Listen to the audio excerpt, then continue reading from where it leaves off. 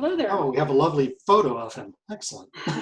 We get to treasure that, yes. Hi there. Thanks for tuning in to Queer Fantasy, brought to you by Multiverse 2020 Geek Fantasy Track.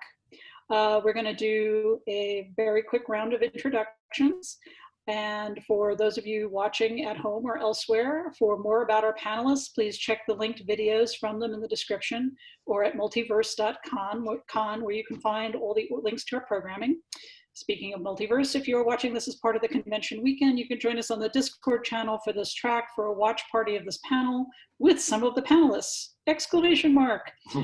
Introductions on how to get into the Discord will be found later at Multiverse at the website. All right. So queering fantasy, the description is, one of the beautiful things about fantasy is the ability for creators to shape their worlds as they see fit. While this usually amounts to dragons, wizards, and otherworldly occurrences in downtown New York, creators under the LGBTQIA umbrella often use fantasy to craft a more accepting and inclusive world. Join us as we hear from some of these queer creators about their experiences in the genre. All right, so why don't we go around and do some quick intros. I'm going to start with V because you're right to the left of me. Name and preferred pronouns, if you would, please. My name is V Medina. I use they, them pronouns. I write short speculative fiction because why not? And yes, that's about it. Okay. Jarrod? Hi, I'm Jarrod D. King. I use he, him pronouns. Author of 2 fantasy novels, Pangea, Unsettled Land, and The Octorati. And yeah, I'm still trying to write some more, so we'll see what happens. Okay. Liz? I'm Liz Gorinsky. My pronouns are she or they, and I am the founder and an editor at Erewhon Books, an independent speculative fiction publisher. So I'm not a creator per se, but definitely working to get more queer fantasy into the world. And Paul? Hey, I'm Paul Barrett. I'm a filmmaker. I'll he, him. I'm a filmmaker and author of 4 books, including this one, and this one. All 3 of which are part of ongoing series, which are currently in the works, and that's what I'm working on right now. And after I leave here, I get to head to Nashville because I'm also working as the prop master on a Hallmark Christmas movie. Wow, that's something you don't run across every day. I'm actually an hour That's my away day from job, is film props and script supervising in film is my day job when I'm not writing. All right, and I'm Catherine Lundoff, your relatively fearless moderator, and I am a writer and editor and publisher from Minneapolis. I run Queen of Swords Press, which is a small genre fiction press that mostly publishes queer voices. So yeah, and this is my second multiverse, so glad to be back again. All right, so I'm going to kick off with my first question for all of you, and anybody can start. What does queer fantasy mean for you, and why? Okay, I guess I can answer this question. I think queer fantasy to me means just being able to see yourself in the stories. I think it's inclusive fantasy. I think because we're adding queer characters, that is something completely different than what you would see normally in some of the popular fantasy from before. And it's an exciting genre to write and to read because of all those reasons that I just listed. So I love it. Yeah, I think I could agree with that. I mean, it's obviously the hope is someday it's just fantasy, and fantasy just happens to include LGBTQIA characters as just a matter of because that's what the world or that particular world is like, not because anyone feels like it has to be there or doesn't have to be there, or it just. That's the hope anyway, is that someday it's just fantasy and it just happens to include characters that reflect the real world in some way, shape, or form. It's not so queer to have queer characters in your fantasy. Exactly. Yeah, so I think that definitely the representation within the character set is important. There's also probably a question of like queer identified creators probably bringing a certain aesthetic or flair to the world that can make it feel more queer. And then I think there's also some amount of like what is the subject matter, that if it's treating queerness maybe in a more metaphorical fashion or expanding boundaries of gender, then that will also read as queer fantasy to me. Thanks, sir. V, did you want to add anything? Oh, I mean, basically what everyone else said. They kind of beat me to it. Okay. All right. And at some point, I want to go back to the point about whether or not the goal is to get to a point where it's no longer, it doesn't have to be queer fantasy. And I'm not sure I agree with that, so I want to come back to it. But I wanted to talk through a few other points first and see how that goes from there.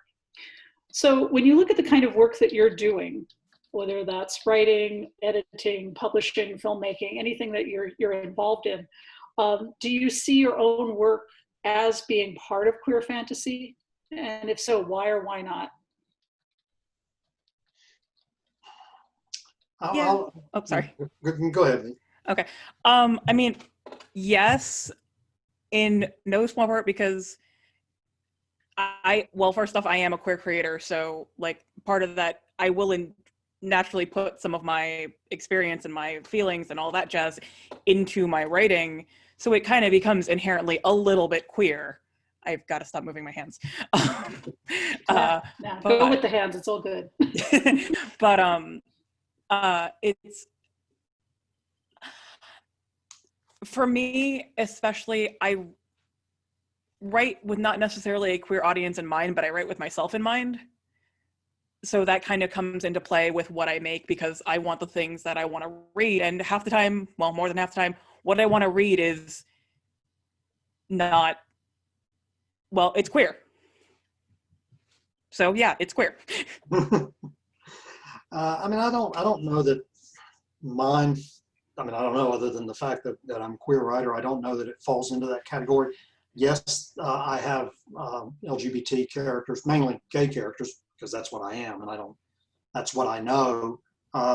So they are in the books, or at least in two of the series, but they aren't necessarily the main focus, and aren't the story per se. To me, queer fantasy, to a certain extent, is the story, or the story to a certain extent revolves around characters of that bias, as opposed to necessarily the main character being straight. And that may or may not be a proper definition of it, but I see, again, most of the characters in mind so far. And I'm trying to develop some ideas where maybe the lead character is a queer person, but just haven't come up with it yet. So from that perspective, I think mine just happens to fall in fantasy with LGBT characters in them. Yeah, sorry, go ahead. You can go, Liz. Oh, I'm sorry. Okay, yeah, so I was going to say, being on the curatorial side of things, I think that there's, I've definitely always approached that from a queer mindset, and being sort of queer and non-binary-ish, figuring all of that out over the course of working in publishing, which is a very cis and straight dominated industry. It's changing a little bit, but I think that it's always reflected, my tastes, I've always been, I think, responsive to queer narratives from day one, and that's a thing that has been more embraced by the mainstream over the past few years, but for a long time, I think that I spent many years having to make the argument of why is this queer story of interest more universally, and that's a thing that most of my colleagues were just wasn't even entering their thought process. Even if it's not sort of the foremost agenda, it's going to shape my tastes, and it's going to shape what I'm interested in and what I'm responding to. Yeah, I think I would just to add to what Paul said about what we write being queer fantasy or just fantasy with queer LGBTQ elements. I think when you really try to define it, I think for the most part it comes down to it being fantasy with LGBTQ elements. as far as I'm concerned anyway. And then, but I think that the way that the industry is going to define it would be queer fantasy. So it's kind of it's a strange thing. I think, you know, so I guess I kind of agree on both sides of that it's queer fantasy, but when you boil it down, it really is just a fantasy with certain characters in it, and there are certain elements that you can't necessarily run away from because of who the characters are. Queer adjacent. As opposed to queer infused. Yeah, Yeah. I think that's fair enough. If your whole world, I mean, if it's all made up of you know, lesbian Amazons and gay barbarians and you know, transsexual elves or whatever, and nobody's straight, then yeah, I mean, obviously that's an extreme example. Although maybe I should write that story. But that's queer infused. I mean, that's like you're drenched in it. Whereas, and I use my hands too. Whereas, yeah, if there happens to be a character, a sidekick, or a villain or whatever that just happens to be queer, then yeah, it's queer adjacent. Yeah, so I don't know if I think that that's an extreme example, because the thing that I've always like that has been, I guess, changing most over the past few years is that for a while it was kind of like having one character would be a thing that would earmark something, and that's never seemed real to me. My social circle is very queer. There's like, you know, I can count on one hand the number of close friends that I have that are straight, and so, you know, when people like would be responsive as like, it seems weird to me that all of the characters in this book would be queer. No, that's just like how we align in some ways. So I think that's going to be a thing that going forward, it's going to be more normalized. Hopefully that the environments that queer characters are in are more representative of the tribes that we tend to find ourselves in the real world. Okay, yeah, I could see that. That makes sense. Yeah, and I mean, there's, you know, there's ways and ways of writing queer characters. You know, I come from a generation where the impulse to yell, "I can't even write straight," is very strong. And it is to some extent true. Being out as a queer person for 35 years means that everything I write is going to have a certain flavor. So even when I'm writing straight characters, maybe they're not that straight. Maybe they're just kind of straight, or they're straight for the time being, or they just haven't figured it out, you know. So there's a lot of things that are transitional about that because of who I am and because of how I experienced coming out, that you know, plays into my writing. So some of the things that we've touched on a little bit, we haven't really explored, are the ways in which queer characters are either coded or written, you know, as explicitly queer, and Paul's touched on that. And I think that might be worth exploring, you know, whether or not you feel that queer coding is something that maybe you do even when you're not writing an explicitly queer character. There's also a long and jolly tradition of coded queer characters being the villains in a whole lot of science fiction, fantasy, and horror.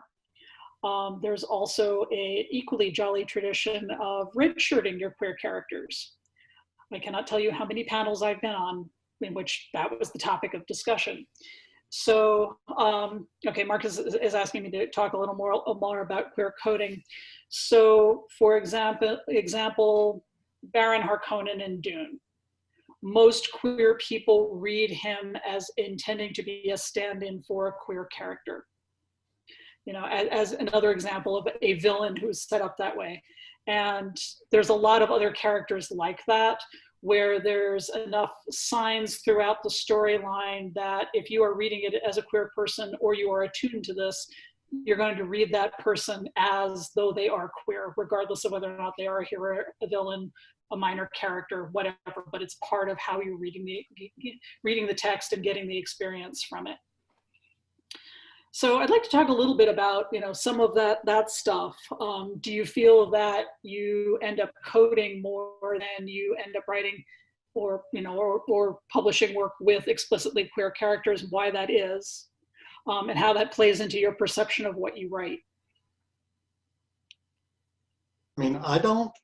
If a character's gay, they're gay. If they're not, they're not. I mean, my Necromancer series, one of the I won't say sidekick, but one of the companions is gay. Well, two of them actually end up turning out to be gay, and find each other. And you don't know, it's one of those, you don't know it at first because the main character doesn't know it at first. And then you find out as he finds out. And the same with my, the Dwarf Detective series, the lizard woman archer comes right out and says, yeah, I'm going to go date that chick right there.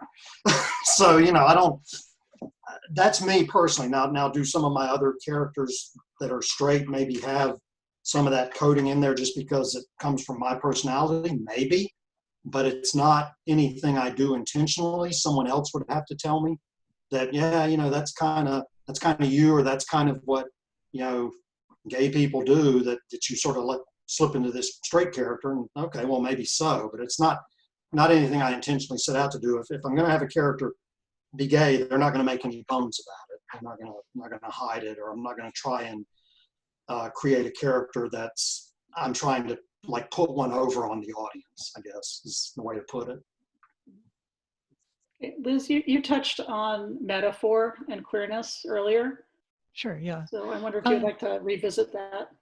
Yeah, I'm slightly orthogonal to that, but maybe I'll get back to that. But I guess I'm thinking a lot about intent in this question, that I don't know if like the people that were sort of designing all the Disney villains decided that they were going to be queer icons actively, or they just like picked up on personality traits and decided to reflect that. I suppose the difference is that can queer coding exist in a case of like explicit queerness? And maybe the distinction there is going to be sort of like, is this part of the creative process? And some of that is not being afraid to talk about it, that a lot of the creators that I work with are openly queer. And so from the editorial publishing process, so you can't be shy about that kind of thing. If there's a scene and you're not sure what's going on, usually I'll kind of ask questions. Is like, is this a romance scene? Is there like intent here? If that's what's happening, can we bring it out? I'm not a huge fan of the you know, I guess queer baiting in the sense of doing a thing that is where everybody is kind of acting adjacent to queer, but that they pull back from actually admitting it at the last minute. I suppose that there's probably going to be queer coding in works that I work with and works that I enjoy, but hopefully that will wind up culminating in there being actual queer content there. The metaphorical side of things maybe comes into play more where you sort of deal with somebody's alienation on various fronts, and or maybe kind of let's say look at a struggle that somebody might be facing through a slightly different lens in order to like help illuminate that in some fashion. I feel like I'm speaking a little bit obliquely. So one example is a science fiction book that I'm working on where there are two genders, but they're completely distinct from the genders that we have today. And the characters in that book are they're basically struggling with being somewhat non-binary characters within a gender system that's different than what we're facing. So it's, I suppose, metaphorical in the sense that they're not worried about, like modern day femininity and masculinity coding, but they are thinking a lot about, how do the characteristics that I exhibit wind up typifying me in a certain way and wind up either reducing or expanding the choices I have.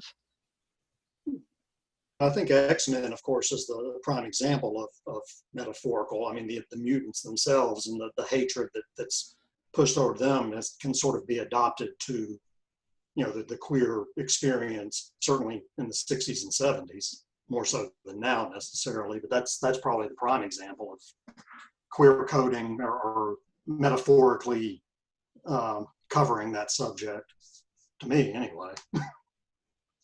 And so it's interesting when you bring them up, because I feel like depending on your reading of certain things, it can mean different things, right? Like if you're bringing an LGBTQ lens to a work, then you may see something that may read more queer to you. Whereas, you know, in my case, you know, I'm Black, so I'm bringing a racial lens to X-Men, and I'm seeing different things in that. And I know that that has been something that has been spoken on before. As far as queer coding in my own work, I think maybe when I was drafting my first book, I may have fallen into that a little bit, and I noticed it. It was a strange like, you know, awareness that I kind of had, where, you know, I have the evil queen and her I guess her handmaiden or somebody, and she basically was kind of with her throughout the story, and it just seemed like maybe she had a thing with the queen or something like that, but it was never really spoken about. And I think I kind of tried to make it a little bit more explicit as far as I could.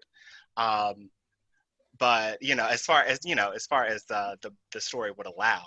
But, you know, it's interesting. I feel like, you know, when we watch a lot of media, or we read a lot of different books that kind of do that, I think it's very easy to fall into the same to fall into the same thing, because it's just been modeled for us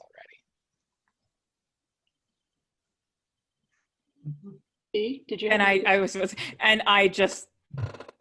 don't think so. I think I just kind of explicitly queer stuff in regards to the like queer coding. It's either explicitly queer or has no relation to the story whatsoever. Because, and I'm sure maybe you can find some queer coding in, like, I'm thinking of two pieces in particular that have no relationships in it whatsoever. And the characters, one of the characters is, you know, in both of them, they're very abstract. So they're not particularly, if it's queer coded, it's very much, I guess, almost non-binary coded, in that they, you know, they are their own thing versus like versus anything else. Hi, I'm sorry.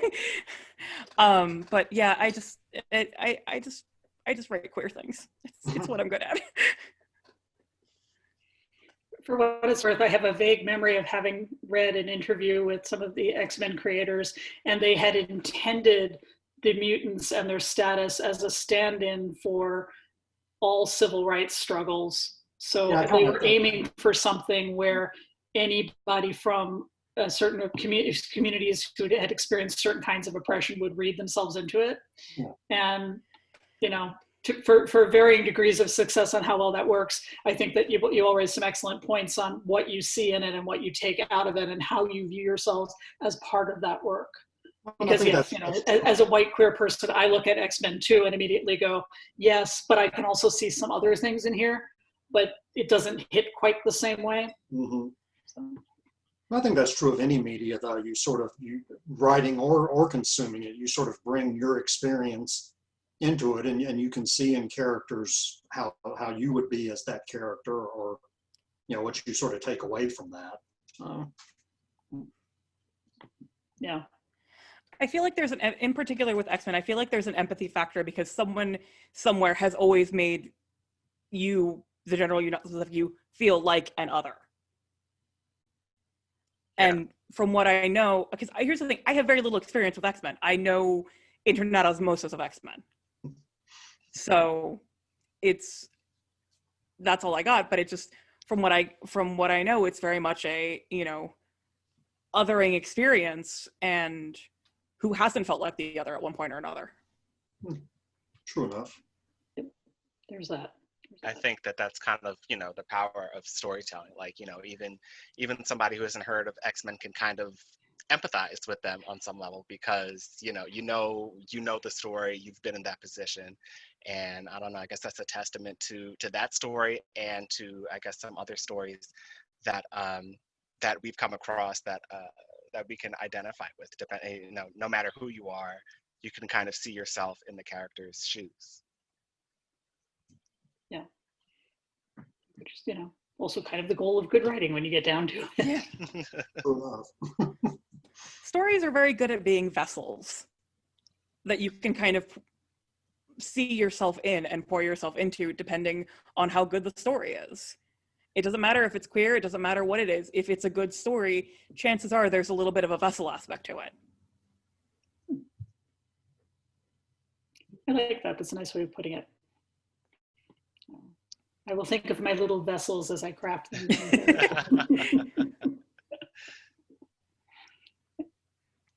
Liz, did you want to add anything? No, I think I'm good. Okay, good. All right. So of the things that you would, call your absolute favorite things to read, what do you think are the number one or first couple, whatever, queer fantasies that you think that fans should discover? What would you recommend to somebody who is just getting into reading queer fantasy, somebody who wanted to read more of it? What are your favorite things, your favorite kinds of stories? I'm gonna almost have to back out of this one because I'll be quite honest, I haven't read a whole lot in that I'll do genre. watching next, so there'll be a film and a multimedia component coming up shortly. Okay. Fair enough. So I'm trying to figure out, do you want specific examples or do you want tropes that make my heart go fluttery? Either one, whatever you're happy with. You Okay, can do both. I'm going with tropes because apparently my brain can't give me a proper example right now. That works. Found families. Found families are such a big thing for me. I love seeing people find themselves and find the people who see them for who they are and not the masks they have to put on or, the person they were supposed to be. And that has always been a queer narrative for me. I will say that I have not read many queer fantasies, or none that are coming to mind. What I've usually read would be a lot of just, I guess what you would call contemporary fiction. And so Sarah Waters is a great author. I don't know if anybody is familiar, but I love her. And she does a great job of having a lot of queer characters in very different, very interesting situations. And I think that I read her stuff and I kind of draw a little bit of that out when I'm writing my own stuff. So any kind of fantasy that any kind of fantasy that kind of has some deep characterization, queer characters who are multi-layered, that's what I look for, and that's what I would recommend. Look for something that has those elements in there and have a good time with that, because that's a good read. Oh, I did think of one, you mentioning that, and kind of a shout out to my publisher, who is also an author. John Hartness does a series called Bubba the Monster Hunter. And Bubba's sort of henchman slash computer tech is an African-American black guy who you never see, but you always hear him on the walkie-talkie or the Bluetooth. And he's way smarter than the guy he works for and is always getting him out of trouble. So he's actually, for a redneck monster hunter book, it's actually a really good character within that series of short stories. So I would that's one I would actually would throw out there as a good example. I always give the disclaimer with reading lists that I've been in editorial my entire adult life, which means that almost everything that I'm reading is a submission or a book that I'm working on over and over again. But just like thinking of some touchstones, I would say the first thing that I remember being like a canonical queer work for me was Poppy Bright's vampire books, which maybe are in the horror fantasy realm. Sorry, Billy Martin now, but like definitely is like a sort of a growing kind of like got the weirdo queer teenager really formative in that space. And I think over the course of my career, I like to shout out the first book that I worked on with gay protagonists was a book called Spaceman Blues by Brian Slattery. I was really pleased to work on Nisi Shaw's Everfair, which has a bunch of different configurations of queer non-monogamous characters.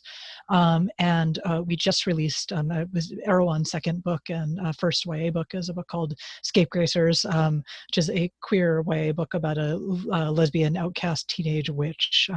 And maybe the first thing that I've published into the new zone of just total embrace of queer books of that sort, where almost every character is queer in some identification, and it's been a real joy to see the readership sort of coalesce around that. Okay. Some good choices.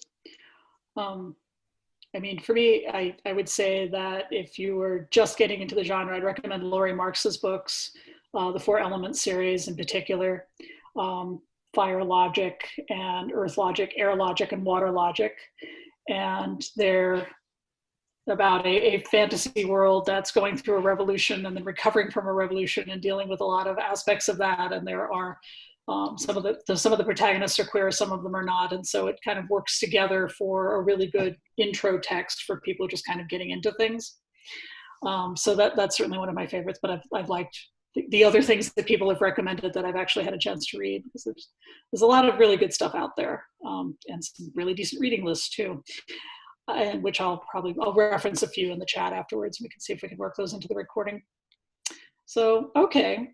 So following up on that, so if you are somebody who is more inclined to watch your stories than read them, what would you recommend that people start with watching that has queer characters, queer components, something where you have the possibility of seeing yourself in the story? Well, the first one that immediately comes to mind, because it's probably the most recent I watched, is Star Trek Discovery, because there are two characters in that who have a relationship, which is, I mean, within obviously the confines of a science fiction show, is pretty realistic with what they go through and the trials and tribulations they have. So that's sort of, again, just because I just watched it about 2 months ago, that's sort of top of my list. And there are plenty of good shows that aren't necessarily science fiction though, like Love, Victor is a good one. And I think Buffy the Vampire Slayer, if I recall right, even had a queer character in it, although never watched the show, so don't take away my geek card. No worries, we talked about it in the queer horror panel. Well, okay. Yes, we did. Okay. Yeah, I guess it does fall more into horror than sci-fi and fantasy, doesn't it? Yeah, I think definitely seeing Evil Willow on the screen. I was not a huge Buffy watcher, but definitely had a crush on Evil Willow growing up. I feel like I have not been a huge media watcher, though that's been increasing a lot over the past few months. And I feel some frustration about the intersection of speculative fiction and queerness. I have seen some great queer shows and queer content, and it largely hasn't been the same things that that have been like speculative fiction. So I am struggling a little bit to kind of like pointed, really good, compelling narratives that are at the intersection of the two. I've been watching a lot of Star Trek, and it's been interesting kind of watching sort of some early struggles towards like, I guess, treating some of that subject matter and treating it not particularly well. So I think that we are waiting for that golden age of, you know, I guess more things at the intersection of those two, at least in terms of what I've been watching. So, I think. sorry. Go on. Please. Go on. Okay. No, I think it's a difficult question as well, because there are plenty of shows that have queer elements to it, but I think a lot of them struggle with actually pulling them off correctly or pulling them off to the best level. I actually would suggest, if you want to see something that is a little bit more inclusive, I would listen. I listen to podcasts. I listen to audio dramas, and I think that there are so many that are just so well done and inclusive, and it is, you know, when you hear that a character is queer, it is what it is, and we move on. They're just a part of society. It's not a thing, and you know, they're multi-layered. You have gay characters, you have non-binary characters, you have trans characters. They're all in there. So yeah, you know, I would recommend something like Alice Isn't Dead, or what's the other one? The Message, and a few other ones. So yeah, definitely take a look at some podcasts if you really want to get into queer sci-fi fantasy. I think that would be a good way to go. Well, and I think to a certain extent for TV shows, especially and films, you know, speculative fiction, it's, and I'm gonna speak from a filmmaker slash business perspective a little bit. It's not, it's difficult enough to get a speculative fiction show. It's becoming easier, but it's difficult enough to get one of those greenlit and done because of the money spent or the cost of doing them. So then if you want to introduce a character, and I think writers do, they want to introduce queer characters and trans characters and that sort of thing, but you have to sort of either that can't be their defining characteristic, or you have to maybe even code it a little bit, because studios unfortunately are still real wishy-washy about wanting to alienate an audience. And I don't think it's as alienating as they think it is, because things move slow in Hollywood, but they do still have, there is still that resistance of, well, if we put a lesbian in this movie, there goes our Midwest audience. Or if, you know, we put 3, you know, queer characters in this, then, you know, Marge out in Cincinnati isn't going to want to watch it. So it's a little bit cowardish. They're being cowards. Cowardly. But, you know, unfortunately, it is money. It is still show business. So they're gonna play the numbers. It's getting better, and I think some shows have proven them incorrect. And then there is the whole minefield of, okay, well, if we're going to represent a queer character, are we going to do it right? Who's going to get mad because we didn't do something that needed to be done, that we didn't even know needed to be done? So it's, you know, it can be a bit of a minefield, unfortunately, both from a money perspective and just having the community come down on you if you get it wrong. Right. I mean, I think that's why it's so important to have people in the room who actually are a part of the community to actually kind of help shape the end product, because then that's how you get across a lot of the minefield. Maybe not. And I think it is getting better, but it is still like I say, Hollywood's a slow process, and you know, so we'll see. Yeah. All we can do is keep pushing. Yeah, I was thinking as we were talking that one big exception to the rule is a Sense8, which I've only seen the first season of, but is phenomenal, and everybody seems to really love the progression. But I think that it is telling that the creators accrued a bunch of their power when I think people largely thought that they were cis straight men instead of trans women. So that's you know, going to be a story that we'll see over and over again. It's like the filmic power is very concentrated in certain identities. Yeah, and that's actually a good example, because that was a very good show that did have characters like that, and was a popular show that would have kept going if it had not been incredibly expensive to film. And it wasn't even because of what I've read, it wasn't even because of the content, it's just because of the fact that they were in, like, you know, 20 different locations each episode. It just, and the logistics of putting that together was just more than the network could handle. Had they been able to bring it into like one area, I think the show would still be going on, because it was popular, and it did, you're right, it did cover the subject matter very well. Dee, did you have anything you wanted to plug? Oh, sure. Okay. So I have, first off, if anyone has not listened to The Mechanisms, go listen to The Mechanisms. They are basically they disbanded, but they're a group that do concept albums that is queer all over the place. Like they do an Arthur retelling where Arthur, Guinevere, and Lancelot are together. They do a fairy tale album that is Cinderella is in a relationship with another woman. Rose Red. She's in a relationship with Rose Red. And like there are a bunch of other things, there are a bunch of other queer aspects that come into play with the mechs. And I really, really enjoy them. And if you like podcasts one of the main people in the mechs is the voice of it's Jonathan Sims. He's the Magnus Archives guy, and that's what he was doing as he was doing the Magnus Archives. He was also in the Mechanisms. As for visual media, okay, I have a soft spot in my heart for the movie May. I found that when I was a teenager, and it spoke to me deeply as this awkward little queer person who didn't know what the hell they were doing, and then eventually it just kind of like said, screw it, I'm gonna go with a monster.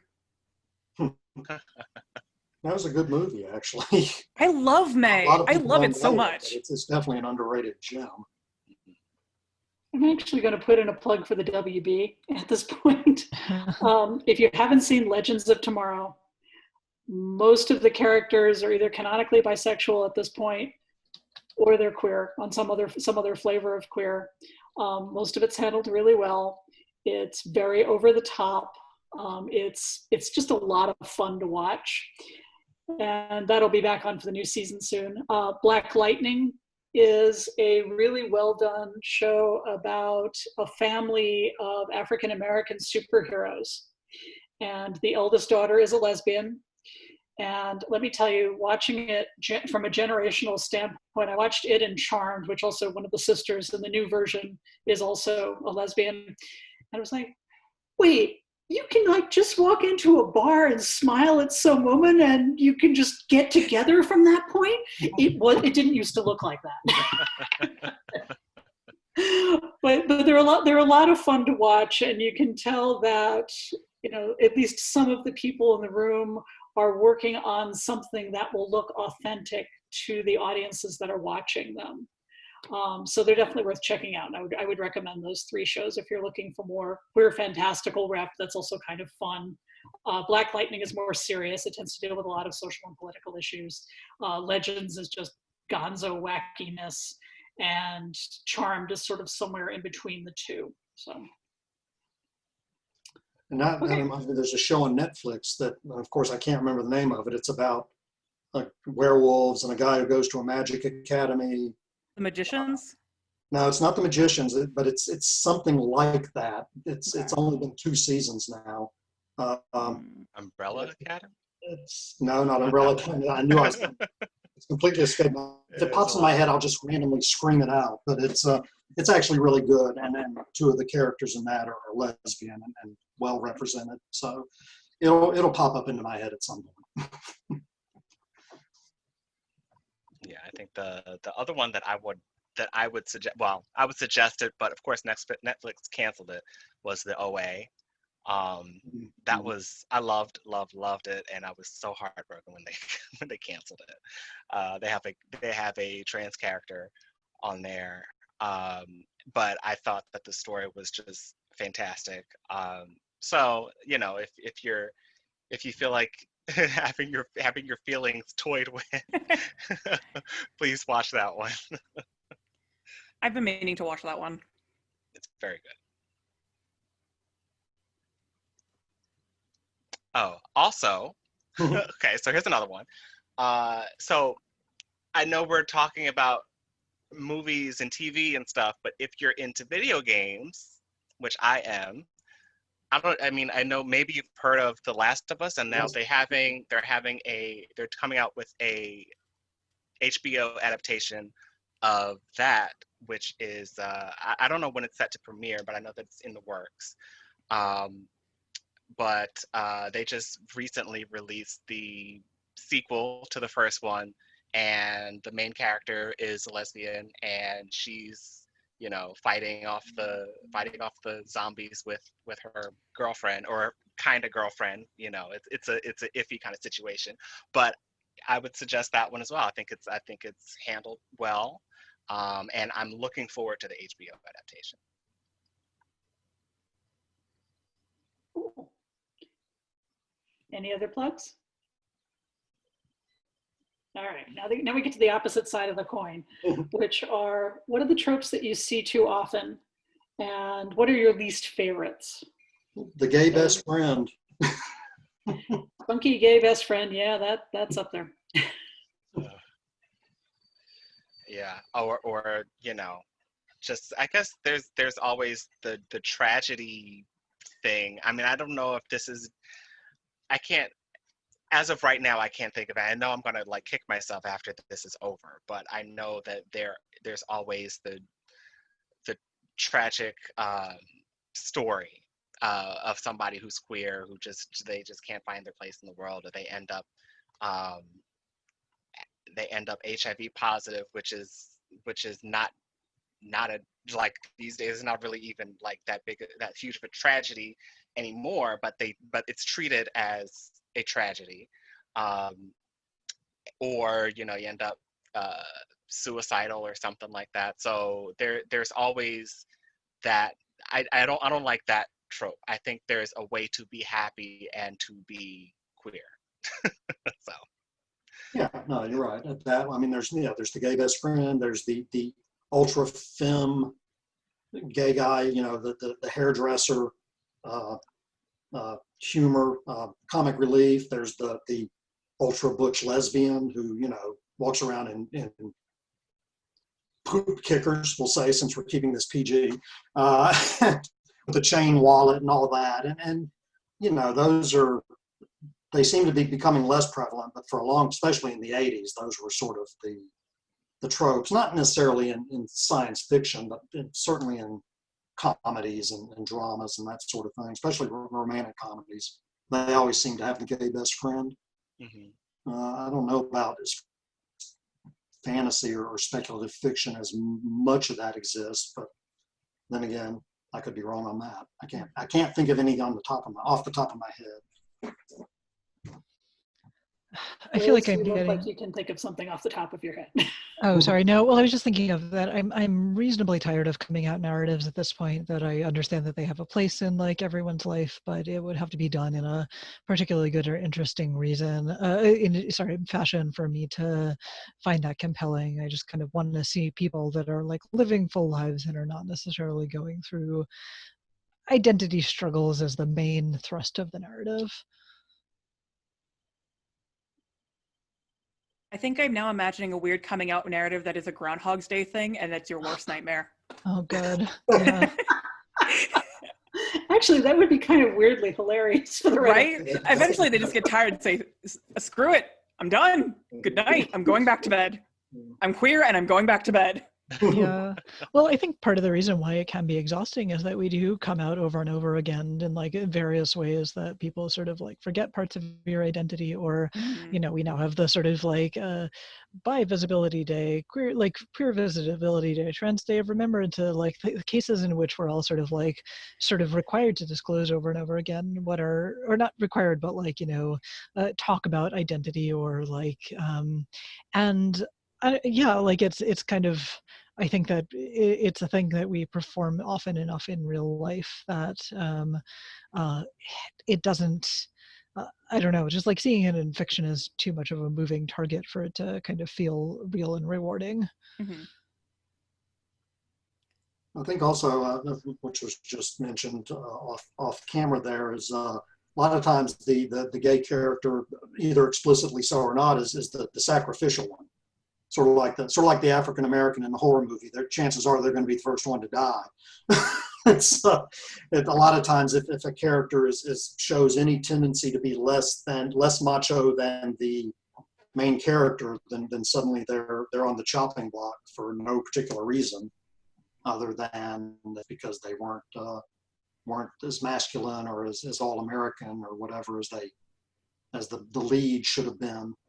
And that can get annoying. It'd be nice to see a gay, especially in a film, to see a gay lead character actually be a badass and win the day and win the guy or the girl if it's a Linda Hamilton kind of character.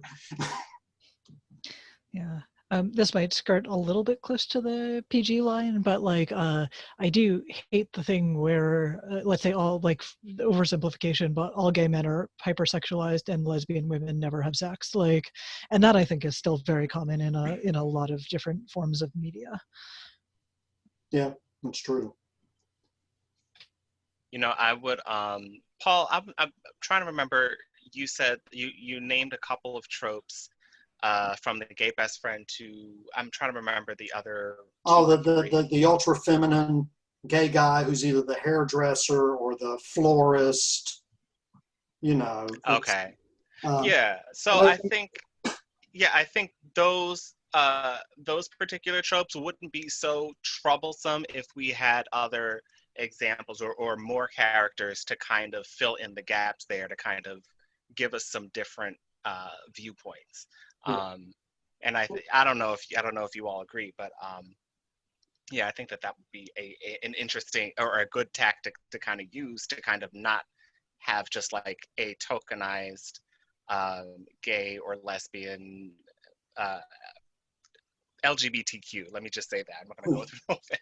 But yeah, to have one person to be a stand-in for something, but then not have any depth with anyone else there. And I think an example where it actually sort of worked, and people may disagree with me, was The Fifth Element, the Ruby Rod character. Now, whether he was gay or not is debatable. I think he may have been bisexual, but he certainly had that effeminate, you know, screaming like a girl quality, and just like being a complete coward. But at the same time, he ended up sort of coming around and helping save the hero and redeeming himself. So to a certain extent, I think that's one of those where, yeah, it sort of flaunted the stereotype, but it worked to a certain extent. Dee, did you have anything you wanted to add? I will just go ahead and throw in the predatory gay. Mm-hmm. Like, I get really tired of the like feeling threatened by the queer person kind of thing that comes around sometimes. And I'm like, this is unnecessary, along with everything everyone else has said, but that's one of my personal, like, no, I'm good. I'll And pass. unfortunately, I think, isn't that the focus of J.K. Rowling's next book, kind of? Yeah, it's a trans character who's basically it's the Buffalo Bill character from Silence of the Lambs, only not done well, apparently. Yeah. So yeah. And I certainly stayed so far away from that, and I'm so glad. well, and certainly at this time, I mean, the Buffalo Bill character, and let's face it, I mean, yeah, the one thing I don't want to happen is suddenly every time a queer person is the bad guy, everybody gets up in arms. We can be jackasses too. I mean, we're not all perfect people, but and by no means am I saying that they can't be they can't be a threat, but you're going to steal my girlfriend, boyfriend, whatever. Oh yeah, I agree. That's what I was talking about. Yeah. Or a threat to my children. Or a threat to your children. Yeah. Yes. But I do think this particular thing right now that Rowling is doing, especially with the comments she's made, is a bit tone deaf at this time. Now, if she'd wait 10 years or 15 years or whatever, or even 5 years and just sort of let things die down, it may or may not be still a good character, but yeah, I don't know. I'm not going to read it anyway. Most of us cannot have our Silence of the Lambs fanfic published by large-scale publishers, get a lot of publicity for it, just saying. Exactly. So, no, I think it's pretty safe to say that it's not going to sound any better down the road. Oh, no. I don't think so. Okay, we are down to our last 7 minutes. So I want to ask one last question, and then I believe we need to leave some room for Q&A. Which of course we don't have because it'll end up in chat, and we'll do it on Discord. Yep. So what do you see as the future of queer fantasy? What would you like to see more of or see next? Why don't we start with Liz? Sure. More intersectionality in every regard that, we're now at the point where we're beginning to see characters that will exhibit one marginalized identity. And I think that like many people are sort of multiply marginalized on a bunch of fronts. And, and I think I totally agree with Jarrod's comments about that, like you wind up, a stereotype is so much worse when there are only one. So let's have those books where most of the cast or all of the cast is, like a queer in some descriptions, so that the other parts of their identity can be developed, or so we can show how aspects of their identity intersect with each other. Yes, please. Yeah, I think that I mean, and again, sort of going back, I know we didn't get a chance to discuss it. I'd like it to eventually, I mean, yeah, we can subset fantasy and fiction if we want. We can say, this is queer fantasy, if you enjoyed this, you might enjoy this, or this is African-American fantasy. But I would love it to just be fantasy.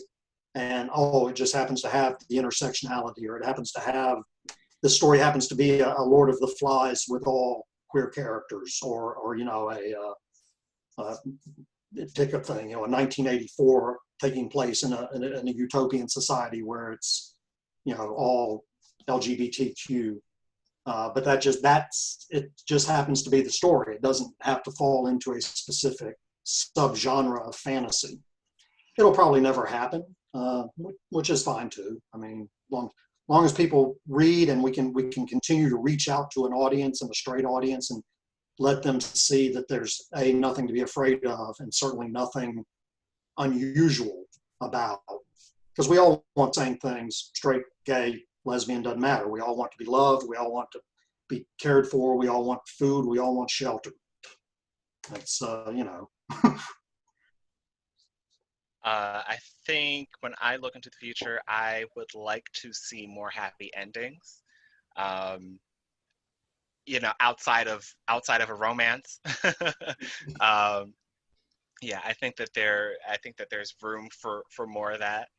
I'm trying to think. You know, when I wrote my first book, I was trying to answer a lot of trying to fill in a lot of the gaps that people had for queer characters. So I tried to answer queer characters of color.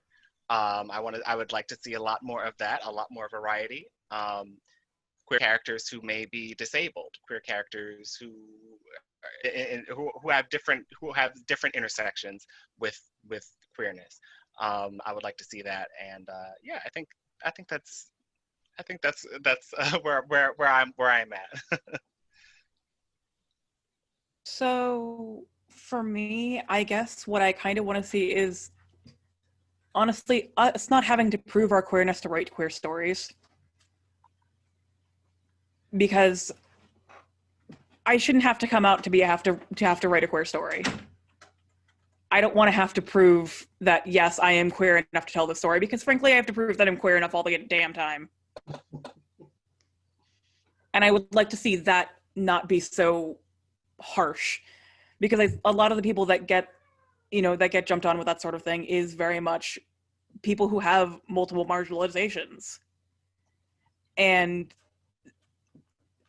I'm not saying that, like, I don't want just queer people to write queer stories. I don't want just straight people to write queer stories. I want everyone to be able to write queer stories, and I want the future where that is okay, and we have enough queer representation on all fronts for it to be okay. Cool. And I think that those are excellent points. And I think for me, just to acknowledge the ways in which the genre has changed, you know, over the decades, is that I would love to see more representation of the other parts of the alphabet. Because the further you get from the G and the L, the more things taper off. And it would be really great to see more representation of intersex characters, of, you know, other characters of different identities. It's lovely to see a lot more non-Western fantasy than you used to see. And I think that there's a lot more creators of color. There's a lot more creators from other countries who are working with, you know, different concepts. There's, you know, more asexual characters. There's a lot more things than there used to be. And I want to see more of that. I want to see those things get popular. I want to see those become the books that everybody talks about. You know, I'd sort of like to put J.K. Rowling in the rearview mirror and keep going and get to some really good trans rep. And then it's just kind of like, yeah, okay, Harry Potter was fine, but here's something better. And have that resonate the same way, get the same recognition in the field, and get that same kind of readership. And that's what I'd really love to see going forward. Cool. Is to get the better stuff out there, to get that same level of recognition for other writers for their work, and to see that out there and you know, see that celebrated the same way. Sounds good.